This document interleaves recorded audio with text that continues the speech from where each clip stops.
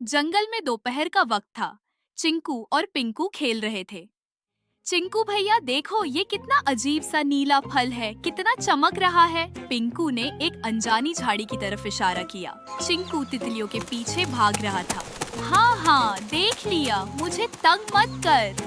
पिंकू ने मासूमियत में वह चमकता नीला फल तोड़ा और खा लिया। उसे क्या पता था कि जंगल में हर खूबसूरत चीज अच्छी नहीं होती। कुछ ही पलों बाद अचानक पिंकू का सिर चकराने लगा। उसके पंख ढीले पड़ गए और वह जमीन पर गिर पड़ी।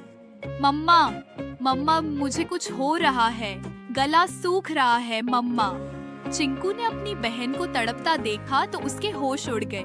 पिंकू, क्या हुआ तुझे? उठो ना मम्मा, जल्दी आओ। चिंकी दौड़ती हुई आई। अपनी लाडली को इस हालत में देखकर उसका दिल बैठ गया। पिंकू की आंखें बंद हो रही थीं और उसका शरीर ठंडा पड़ रहा था। पिंकू मेरी बच्ची, क्या खाया तूने? बेटा आंखें खोलो। चिक्की की चीख पूरे जंगल में गूंज उठी।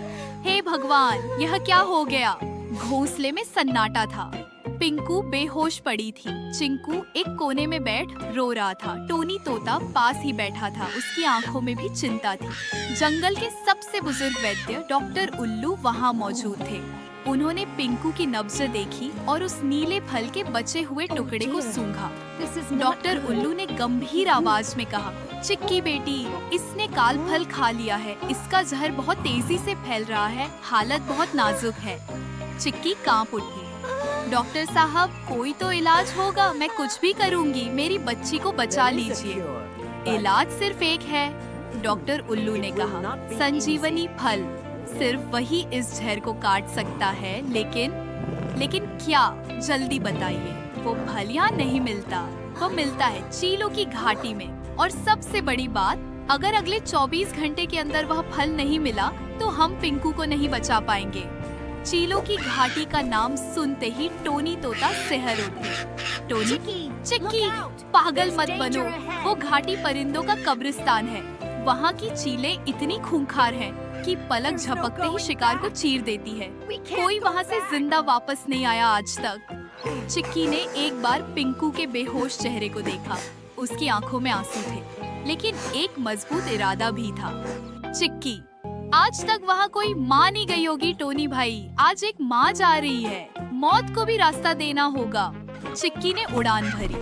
उसका दिल तेजी से धड़क रहा था, लेकिन उसकी मंजिल साफ थी। चीलों की घाटी, हर तरफ खौफनाक सन्नाटा और ऊंची नुकीली चट्टानें। हवा में मौत की महक थी। चिक्की दबे पांव आगे बढ़ रही थी। तभी उसे एक सूखे पेड़ की डाल पर वह चमकता हुआ संजीवनी फल दिखा, लेकिन उस पेड़ के ऊपर 2 विशाल चीलें बैठी थी।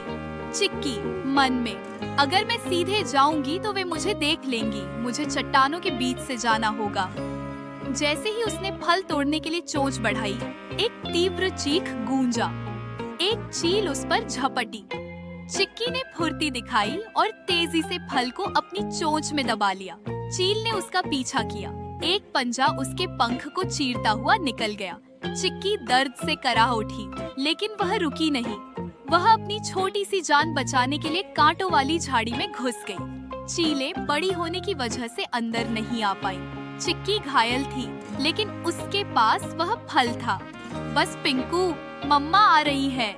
चिक्की थकी हुई थी, उसका जख्मी पंख दर्द कर रहा था। वह तेजी से लौट रही थी कि अचानक रास्ते में 3 बंदर कूदकर उसके सामने आ गए। बोबो, अरे वाह, देखो लोलो, चिड़िया रानी घाटी से क्या लाई है, बड़ा चमक रहा है। लोलो, ये तो कोई जादुई फल लगता है बोबो, बहुत कीमती होगा।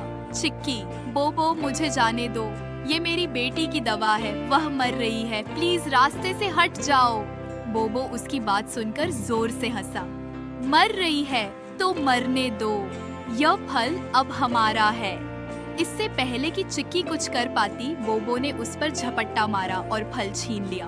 तीनों बंदर फल लेकर पेड़ की सबसे ऊंची डाल पर चढ़ गए और चिक्की का मजाक उड़ाने लगे। चिक्की टूट गई, वह जमीन पर गिर पड़ी और फूट फूट कर रोने लगी। उसने इतना खतरा उठाया, चीलों से लड़ी, घायल हुई और अब सब कुछ खत्म हो गया था। चिक्की बेबसी में, नहीं, मैं हार गई, मैं अपनी बच्ची को नहीं बचा सकी। हे भगवान, यह तूने क्या किया? तभी उसकी आंखों के सामने पिंकू का मासूम तड़पता हुआ चेहरा आया। अचानक चिक्की के अंदर एक शोला भड़क उठा। उसका दूह गुस्से में बदल गया। बेबसी की जगह अब जुनून ने ले ली थी। वह उठी। उसकी आंखों में आंसू नहीं, आग थी। चिक्की दहाड़ते हुए, बोबो, तुमने एक माँ से उसकी उम्मीद छीनी है। तुम्हें लगता है यह सिर्फ एक फल है? उसने उड़ान भरी और सीधे बोबो की तरफ तेजी से बढ़ी। चिक्की, वो सिर्फ फल नहीं है, वो मेरी बेटी की जिंदगी है। उसकी आवाज पूरे जंगल में गूंज उठी। चिक्की ने सीधे बोबो पर हमला कर दिया। वह उसके चेहरे पर चोंच मारने लगी, उसके बाल नोचने लगी। बोबो को यकीन ही नहीं हुआ कि एक छोटी सी चिड़िया में इतनी ताकत कहां से आ गई। बोबो, आह! छोड़ मुझे पागल चिड़िया! चिक्की ने एक जोरदार झपट्टा मारा और बोबो के हाथ पर काट लिया। फल उसके हाथ से छूटकर नीचे गिर गया। चिक्की बिजली की तेजी से नीचे आई और फल उठाकर वहां से उड़ गई।